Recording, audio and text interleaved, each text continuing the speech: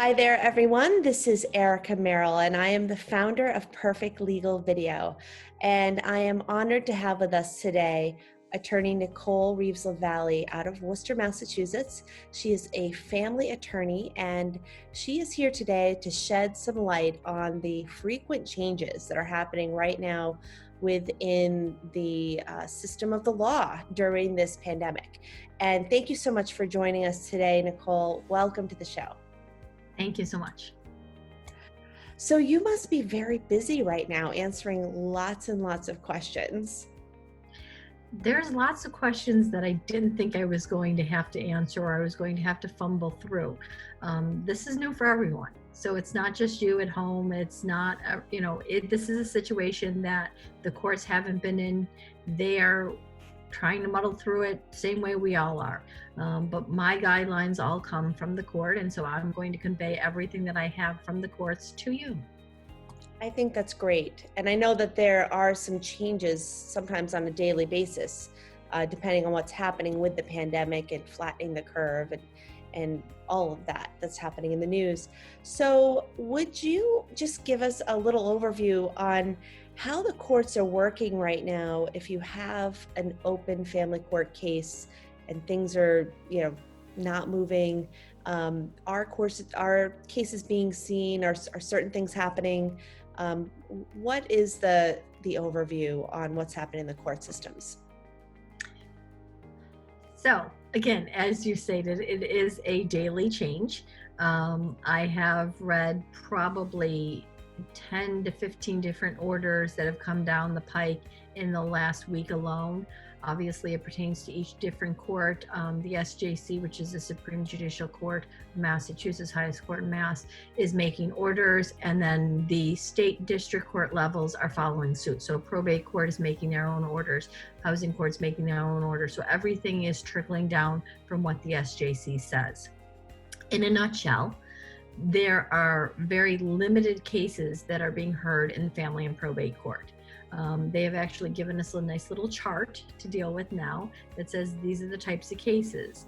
The most common, I would say, is two things. One, a restraining orders, which obviously cannot stop. They have to, it's a constitutional right for those cases to be heard. So they are being heard telephonically or by video conferencing, depending on what is available. We did one last week on 2 different occasions. So we are hearing restraining orders. We are actively defending against restraining orders and that type of nature. The other thing that most people are going to end up dealing with is contempt issues. Very, very, very limited. It's not, well, you didn't let me see the child. No, that's not going to be good enough. That's not going to be an emergency to warrant it. The extremes are, my house is collapsing out from underneath me, literally, and I need to get into court.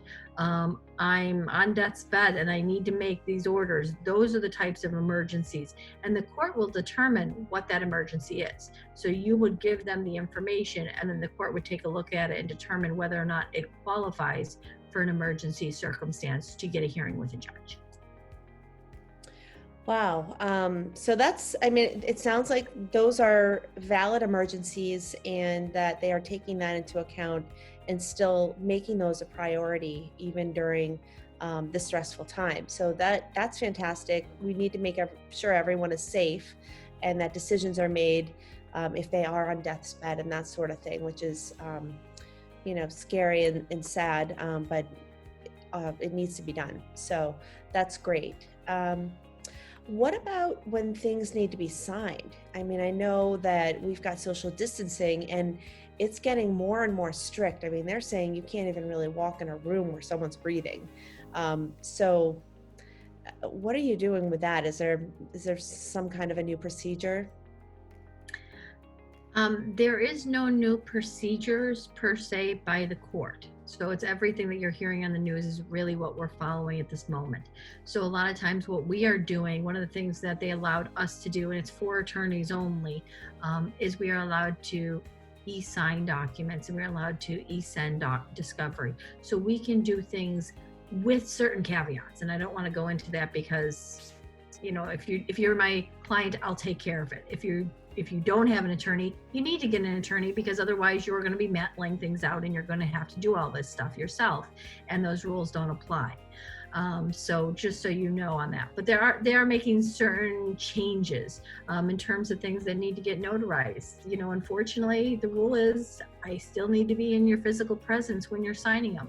There was a statute or a law that is in the works right now, but isn't law today, that says maybe at some point we can allow you to show the ID and I can watch you sign that document in front of you, and then I can notarize it.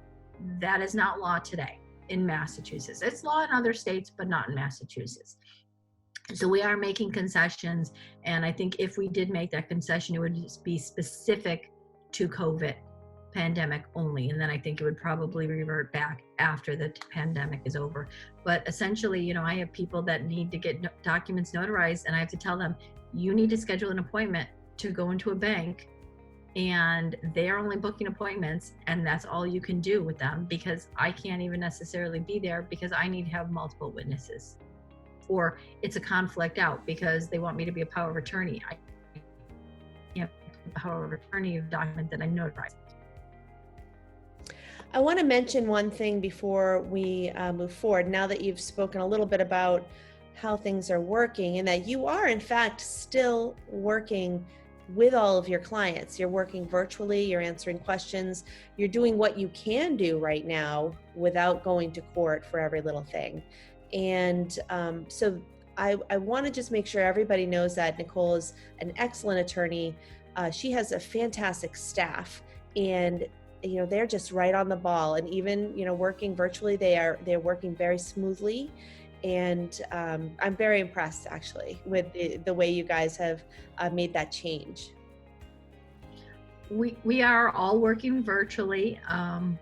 We have what we need when we need it. We have access to all of the client files.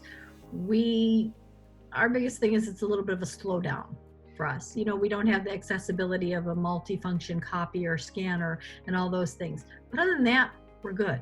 We can help you out in whatever fashion you need. Absolutely. So here comes a tough question, and I know that there's a little controversy around this, but what is happening during, with custody during this time? I mean, I know that some parents might take this as an opportunity to be, obtrusive, let's say, and others are still working well together. What have you seen when it comes to custody? The court has made a ruling on that. So the Chief Justice of the Probate and Family Court has stated that there is no stay of execution in terms of court orders. So if you have a court order, you must follow that court order. You do not have the right to say, I am not allowing you to see our child because of COVID. That is unacceptable. Now, what that means is, chances are they're not going to be able to file a contempt now, like I previously stated. But they're going to file a contempt later on. They're going to file that contempt, once the court's open. And the court may very well change custody on you if the court thinks that you were just doing it just because. If you didn't have some kind of real legitimate fear or something going on, or you weren't accommodating for other arrangements, they're not going to take that lightly, and that's going to end up backfiring in your face. So it's something to consider, that the court has made an order that says it is not stayed. You do not have the right to change a court order. Now, obviously, people that don't have court orders have a little bit more leniency that they can negotiate between themselves.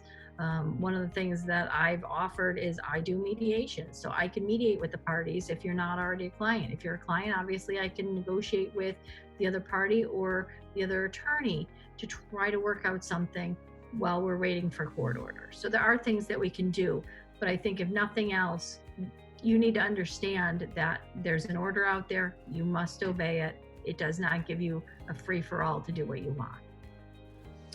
Well, and that's the interesting thing about the courts. I mean, obviously, as you stated before, if there's an emergency situation and somebody's being hurt, they're going to take that into account. But yeah, I mean, I think from all of our blogs that we've done, our video interviews, everything we've done together, the fact that, it really does make a difference with how you act when you're in court. And if you are unnecessarily, inappropriately going after somebody, and obviously not there to be fair, you just have a lot of angst towards someone, so you're doing things that you shouldn't be doing if you were a nice person. And they really do take that into account, which I found so interesting. Yeah, it's definitely something that, in the beginning, before we had the court order, we're all kind of like, I don't really know. And you're giving the best advice you can. So it was good that the court chimed in and said, this is what we want to do. And again, parties can agree otherwise. They can say, we'll make tweaks to it, and certainly you can do that. But both parties have to agree. And if both parties don't agree, then follow that court order to the best of your ability. So, and so that's great to know. So now there are, obviously, you've got a lot of cases that are pending, decisions and court dates. What is happening to those court dates now? So all the court dates that were issued between March 16th and May 4th are going to be rescheduled in the order in which they were delayed. So obviously the March 16th orders are going to be the first ones that are reassigned. The real problem is the ones that have already been assigned, say March or May 5th. So the first day we're allegedly back to court as of now. So when that happens, is that court date on May 5th going to have more clients? Are we going to be able to go in? That's still an unsure thing. I would say that we need to plan that we're going to go in on that first date and every date thereafter. But the ones that were postponed, we're going to get notices in the mail. So if you have an attorney, your attorney will get that notice. If you do not have an attorney, then that notice will come directly to you from the court. Wow. That's very interesting. So I guess things are going to just be pushed out, and, that makes a lot of sense. One of the things that, it's a little funny. It's like we're all stuck together inside, and sometimes you're stuck with someone that you don't like very much. And that might be your wife or your husband. And so, there are people that are joking around saying there's going to be a lot of babies 9 months from now. And then there are people joking around saying there's a lot of divorces. And then what's not a joke is that domestic violence is going up a little bit right now. And so I wondered, are you getting more calls about divorces? And what about domestic violence? Have you heard anything about that in regards to family law? I've heard all of that. The reality is it's true. Unfortunately, people's tempers do get the best of them. They're staying at home. Their frustration level goes up. The kids are there nonstop. Oh my God. It's a lot. It's a lot to bear. And it's certainly a lot to bear for, 2 weeks, 3 weeks, 7 weeks.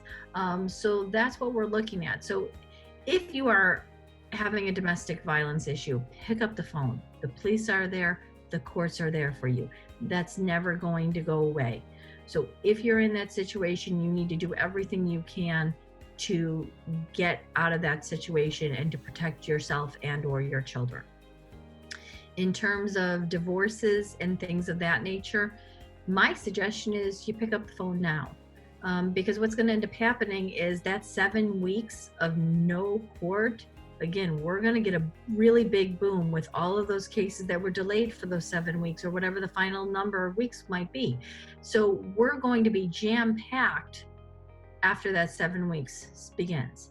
So my suggestion is, if you're in that situation, if you have any questions about it now, pick up the phone, give us a call. We can get you on the list. We can do the documentation. We can complain for your. We just can't have the hearing until the courts are open.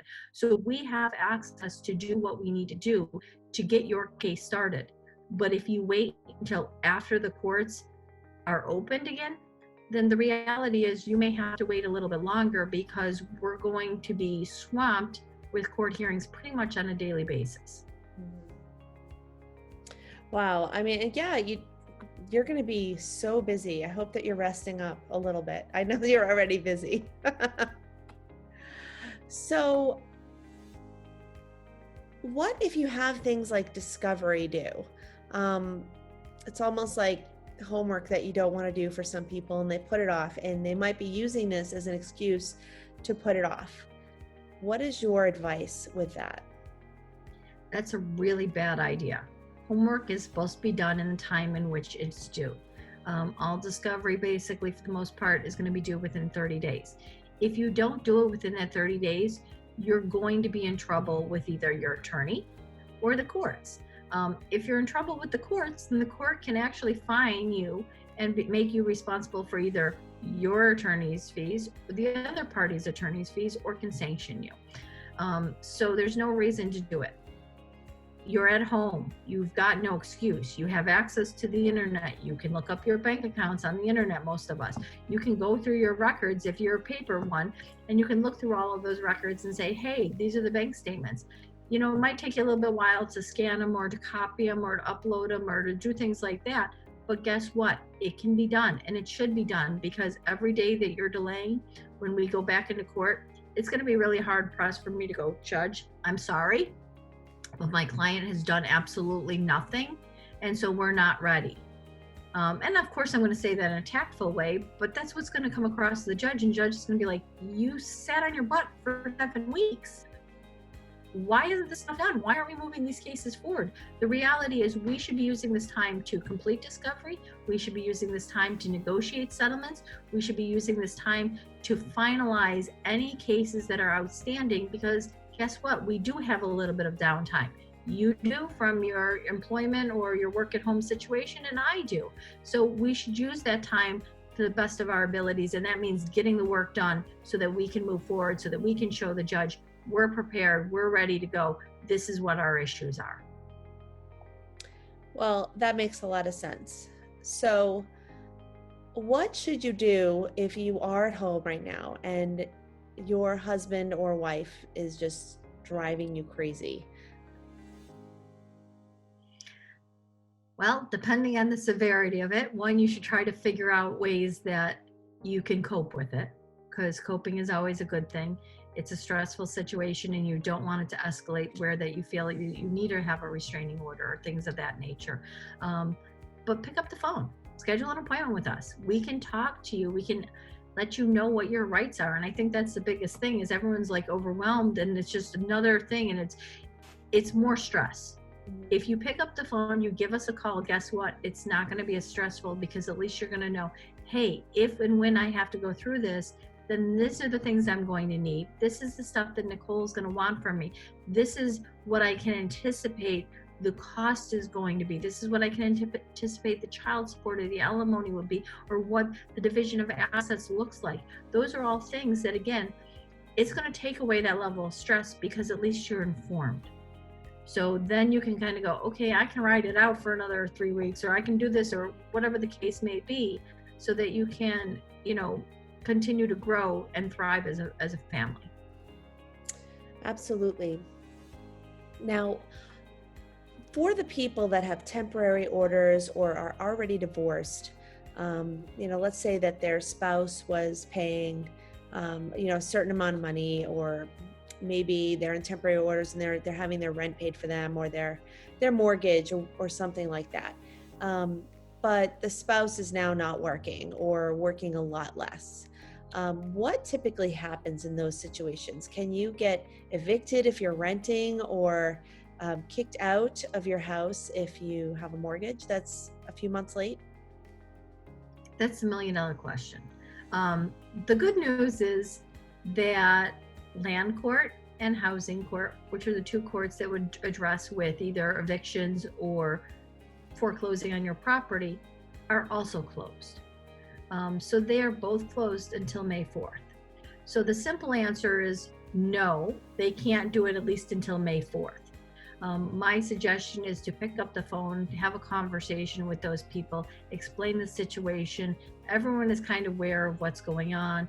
And at the end of the day, we're going to be negotiating a lot of those settlements after May 4th. So once we do get into court, the reality is, depending on where you are in the scheme of things, your landlord or your mortgage person can file the documentation needed to go into court, let's say on May 5th.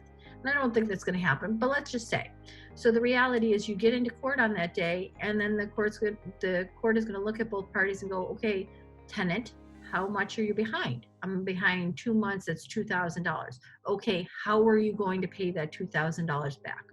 Are they going to say you need to pay it all right now? No, the court is going to give some leniency. Well, what amount? I'm willing to pay $10 a week. No. So again, it depends on what the issues are and when you can pay it back, but you need to come up with a game plan to not only know this is where I am today, but where can I be in that month period? Where am I going to be at the end of the month when everything is over? How can I make those payments? Can I set that up right now so that I can go forward and work on an agreement with my landlord or my mortgage company? A lot of people are willing to put that on the end of your payments. So that is something, but you do need to talk. The problem is putting your head in the sand isn't going to solve the problem. So that's fantastic to know. Yeah, and definitely, calling people, talking to people, opening your mail. I know it's depressing right now. There are plenty of people that are underemployed or unemployed that weren't just a few weeks ago, and unfortunately, most of America lives paycheck to paycheck. So right away, it's a problem. And another really scary problem is, if you're out of work and you can't even afford to pay for yourself, let alone your kids, what happens in that situation? Again, it would depend on whether or not the court would determine it's an emergency circumstance. I don't know that they're going to do that right now, because the reality is most people are going to be able to collect some form of unemployment that's giving some money, and guess what? The court will say unequivocally, without a doubt, your kids are more important than you. There are services out there such as, the food banks and that type of thing that can help you out. So reach out to those organizations. You know what? Yeah, your kids do need that support. They do need to stay in that house. They do need to have that roof over their head. So make sure that they get what they need. Make sure you communicate that with your ex, that this is what's going on. So there's going to be a week delay or so for the unemployment to kick on, but you're certainly going to get paid that amount of money, but this is what's going to end up happening, and I'm going to need to do X, Y, and Z. Again, have a conversation is your best friend. Yeah, no, absolutely. And that was going to be my next question. What if you or your spouse can't afford to pay child support right now? Again, they're going to look at the circumstances, but the reality is if you can't pay, you're still owe the money regardless. Same thing with housing court, same thing with your mortgage. You owe the money. The problem is you're going to start paying penalties and interest if you're going through Department of Revenue for those support issues. So you need to come up with a plan. You need to be able to tell them what it is you can do, explain the situation so that the moment the court's open, there's not a contempt pending against you, and now you're ordered to pay the other party's attorney's fees on top of it. When if you had just communicated, a lot of times people are going to be at least understandable to a certain degree. The problem is what you have to understand is, guess what? Maybe your spouse is in the exact same situation. So both of you lost your jobs. Now who's going to support the kids? Guess what? They still need that support. Mm-hmm. So you still need to make every effort. Maybe, your order's $100 and you go, all I can do is $50. Then that's something that you can take care of. But at least make that effort. That's really great advice. And there are some programs out there. There's lunch programs. I know a lot of the schools, there was a big concern when this happened that, kids that come from families that don't have a lot of money, those are the meals that they get, usually breakfast and lunch at school. And I know that there have been a lot of great efforts in some of the communities, maybe not all of them yet, but to make sure that kids are still getting those meals that they're used to getting. And so it's really up to you to do the research and get your kids fed and get the basics taken care of during this time. So on to some more topics that have to do with just divorce negotiations, people that are in the process. There were people that started off their process thinking they had certain assets like 401ks or maybe the the value of their house or many other things that have gone down, hopefully temporarily. But what are your thoughts on how that's going to play out? Well, the reality is the court's always going to look at it as a snapshot in time. So if something is pending, and let's just say you had a 401k that before all of this was worth $300,000, and now because of the market and everything else, it's worth 150. Well, unfortunately, that's sad, but that's the reality. So if I were to get you divorced today, and that market is now at $150,000, arguably your spouse is entitled to half of that. Well, before they would have gotten the full $150,000. Now, under this scenario, they're only going to be getting $75,000. So unfortunately, it's going to be 50% or whatever the court determines that amount is, but generally it's 50% of that number. So it's a snapshot in time. If that's the number today, then that's the number that we have to work with today. We're not going to say, well, we're going to wait for the market to go back up to $300,000 and then we're going to divide it. That's not what it is. So anytime we enter an order, it's going to be effective as of the date of that order. So whatever that number is unfortunately the number that you're going to be able to get. And would that be the same for evaluating businesses and that sort of thing? It would be. Obviously, depending on what the businesses are, it may have an impact, it may not. And the court may look at the big picture. So what is the value of the business? Does it have an impact right now? Your guess is as good as mine. Generally speaking, people should hire third parties that would make that determination. Well, one person can say this business is worth $1 million. The reality is we all want it to be worth that, or at least the person that's theoretically going to be the recipient wants it to be that, and the owner wants it to be worth 100,000 or less. So the reality is everyone should invest in that third party, and that third party should do an evaluation, and the third party is going to be able to tell you whether or not the whole COVID situation is going to have a direct impact on the overall business. If you're down for this amount of time, does it matter? Is it going to be something that we can bounce back from? It depends on the industry.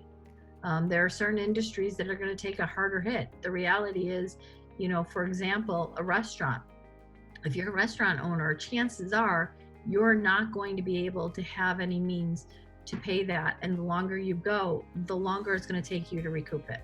Where somebody like me, I may be able to bounce back faster simply because there's going to be a higher demand, and there's going to be that 7 weeks of no court. Now all of a sudden I'm thrown back into court for that period of time.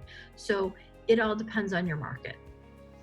And I think it's like that for a lot of law type companies. So that's really good for you. I hope that. And the other thing too is that if you did have competitors, unfortunately, some of them are going to go under. So you might actually end up being, bigger fish in a small pond at the end of this, which Absolutely. is, yeah. So the last question I had for you today was, it's just interesting. Well, I guess it's kind of a two-part question. I mean, this is really hard for the people that, say there's grandparents that don't get to see their kids. Like, so I have a little girl who's turning 7 this weekend, and she's got some grandparents that are nearby, but she has not seen anyone for several weeks. Everyone's dying to see her, but there's not going to be a party. There's not going to be anything. There's a bunch of horns honking at my neighbor's house yesterday, and I was like, holy crap, what is going on outside? And these people had done like a drive-by, and I could hear them singing happy birthday to the people next door. Nobody got out of the cars, that sort of thing. I mean, what's happening with that? You just can't do anything. Am I right?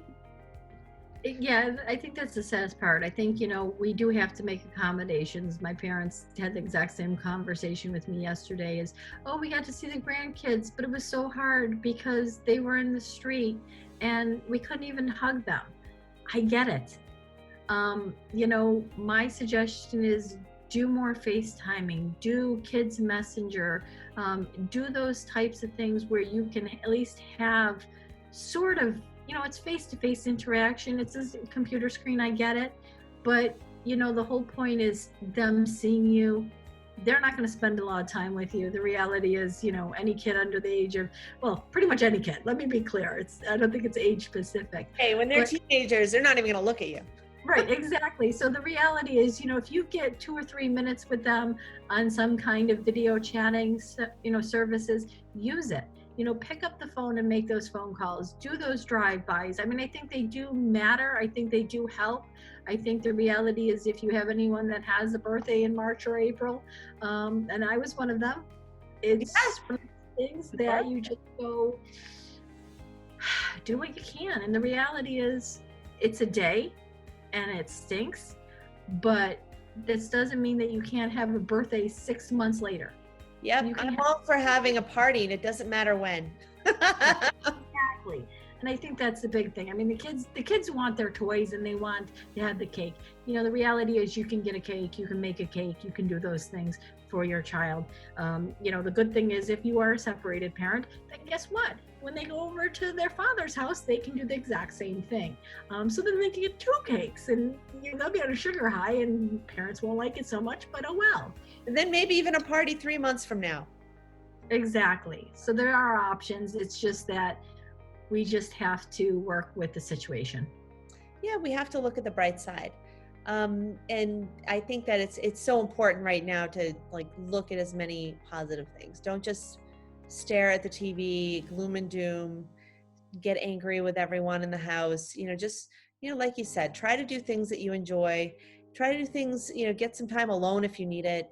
And it is a lot of extra stress and a lot of extra work, especially with parents of younger kids that are now full-time elementary school teachers. And on top of working from home and everything else, I have to tell you, I have got to give kudos to those teachers. I had no idea how hard they work. They deserve the summers off, and they deserve a big raise. So that's one thing. And the other thing is, all the nurses and the doctors and the grocers, people working at grocery stores, all of the essential businesses and people that are out there, I mean, really appreciate them. The last question I have for you is, what happens if one of the parents gets sick with the COVID-19? Well, the first thing is, obviously, where is that child in relationship to that parent? If they're in the same household, then obviously the child's now at risk. So first and foremost, follow the rules, stay quarantined, whether it be self-quarantined or not. If you can have another adult that's making meals, great. Maybe somebody can, if it happens to be you and you're a single parent, maybe you can ask somebody to, bring over food and leave it on the front steps for the kids to heat up, microwave. Unfortunately, we have to be a little creative.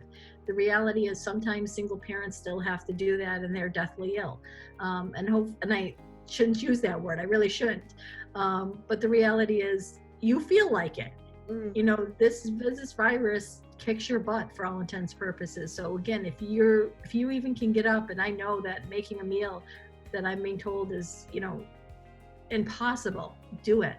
Your kids need that. If they have the ability to just make a sandwich, tell them to make a sandwich. I mean, you kind of know the level of your kids' ability. Obviously, don't tell them to cook unless they know how to do that and they're proficient at it and you trust them. But there are a lot of things that you can do.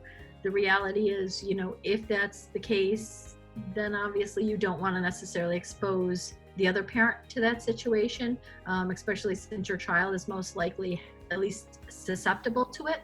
But then if you're the non-custodial parent, you're obviously not going to want to have any kind of parenting time. Let the other parent know. If you want to try to do something like a FaceTime or a video chatting conference, see if that other parent is available to do that. I mean, I'm sure they're going to be accommodating. Or maybe you're 2 week and you just want to make a phone call and just talk for 2 minutes to hear your kid's voice. Those are the things that you kind of have to make accommodations for. So it's very difficult, and ideally, it's great if you have another adult there that can kind of step in and take care of your child in that home. But if you can't, you have to be creative with resources. You have to figure it out. And if you have those issues, pick up the phone and call us. I mean, we have solutions. We have access to the internet and the emails, and we can send you the sites, we can make the phone calls. There's things that everyone around us can do. So you're not alone. Unfortunately, we're doing the best we can with that situation, and we want you to stay healthy. So that's what, unfortunately, sometimes you need to pick up the phone and just reach out to us.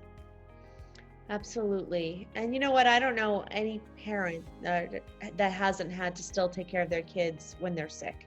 But, the level of sickness is really, um, the question here from what's out there in the news. It sounds like people are getting different levels, and some of the levels are really bad. Some of the people are very, very ill.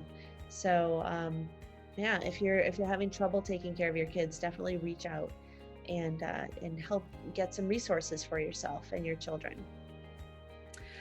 So those are the questions I had today. I mean, I know that things are changing and you're answering a lot of questions. If there are any questions that we missed that you see that are coming up, or if there's any other information that I didn't ask you about that you think we should have, um, let me know now before we go. I think the issue is that it's never changing. Like I said, I'm getting orders on a regular basis from the court. I'm reading a lot of orders. I'm not necessarily conveying that to my clients. I'm conveying what they need to know. I'm conveying the information that, hey, look, this is where your status of your case is going to be. But if you have a specific question, reach out to us. If you want to know specifically what's going to happen in your particular case, we can help you with that. I think that's the biggest thing, is that I'm up to date. I'm getting notices from both the courthouse, from the Worcester County Bar Association, from the family law section of the Bar Association, from the real estate section. So I'm getting multiple sources that I can all read, figure out what the information is, and convey that to you. So I think the biggest issue is, don't believe what you hear on the news, because the news is portraying things that have to do with legislature. My department is judicial. Everything that I get is from the judicial system. So those are different laws that are going to apply differently. So again, if you want to look at the media source on the internet and the news, that's not necessarily a good source for what's going to happen in your particular case. So reach out to somebody that actually knows what's going on in the judicial system. That is what I always say. So just as a reminder to everyone, that attorney Nicole Reeves Lavalle is out of Worcester. Her contact information is on this post. And, she's there to answer your questions. She'll answer your questions. You can have a free consultation. She can at least give you the big picture and some options. Then you can decide how to go forward. And I am right on that, right? There's still a free consultation. 30-minute free consult. Yes. Yes, I don't want to give anything away, but I know that you can cover a lot in that time, and at least have some general ideas about your case and your unique situation. Because, like Nicole said, you can't believe everything that's on the news or what you've heard next door at your neighbors or what happened to your sister. You really have to consult a local attorney to you, and they know what's happening in your judicial system, and they will let you know. So I want to thank you so much for joining us today, Nicole. It is always a pleasure. I think you do a fantastic job out there, and you're stay safe and stay well, because your clients need you, and they appreciate the hard work that you and your staff do.